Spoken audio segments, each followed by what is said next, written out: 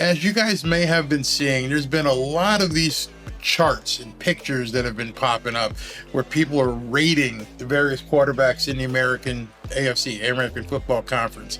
And this one here, Tua is ranked number 9. I believe CBS put this one out. Number 9. And this guy says Tua, Joe Shad, who's here in Palm Beach, is the 9th best quarterback in the AFC per CBS Sports. 9th best, according to CBS Sports. Then we get this one, which is from PFF, the AFC quarterbacks. And they list the top AFC quarterbacks, and that's the newly anointed Jets quarterback Aaron Rodgers, Patrick Mahomes, Joe Burrow, Josh Allen, Lamar Jackson. We don't know where he's playing yet. Justin Herbert, and all of a sudden, people are beginning to elevate Trevor Lawrence into that top quarterback discussion. Then I found this tweet really interesting, and it says, "The narrative has changed, folks. Notice ever since Tua's interview last week, talking about the concussion retirement, the media has been throwing around the name Trevor Lawrence in every conversation all of a sudden. All of a sudden, Tua has been removed from every conversation by the media." To show more, it says, even Dan Orlovsky has stepped back. And, it's just really interesting because I wrote, hey, Tua Tagovailoa being removed from the national conversation, you say? Remember someone telling you what was going to happen? And I remember that person being attacked for saying it. I'm shocked. When in reality, no, I am not shocked. I told you this was going to happen. People told me I was crazy, I flip-flopped, I was a backstabber. No, I just know media. I've been involved in the media for a long, long time.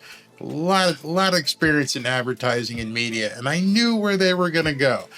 I just didn't know how bad it was going to get. I knew it was going to be bad. I didn't know how bad it was going to get. So I want to play another video for you, and this is something I never thought I'd see coming. This is from Dan Orlovsky. Dan Orlovsky is who I thought was one of the top guys that backed Tua, and he said this today. Let's see if it plays here. Go here. All right, so I was just thinking about this, and to put it into context, it's how ridiculous the AFC conference and their quarterback situation is. All right, so one of these guys is not going to make the playoffs next year. Aaron Rodgers, Josh Allen, Lamar Jackson, Joe Burrow, Deshaun Watson, Justin Herbert, Patrick Mahomes, Trevor Lawrence. One of those guys is not going to the playoffs.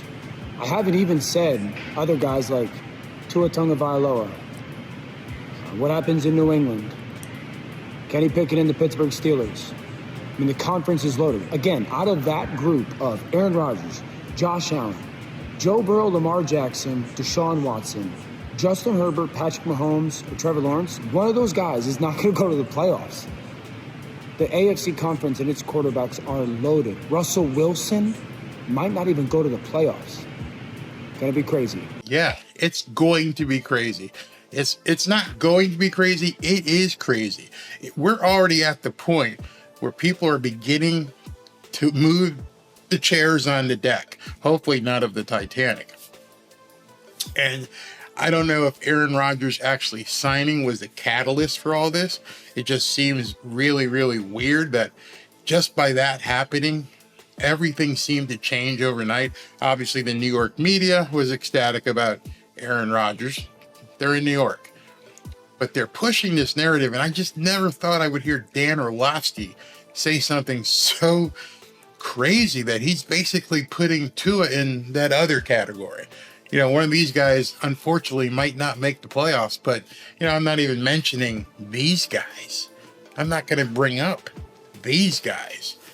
To me, that's just complete insanity. Tua is no longer, he's just being dismissed. Is anybody catching on to this Barry guy?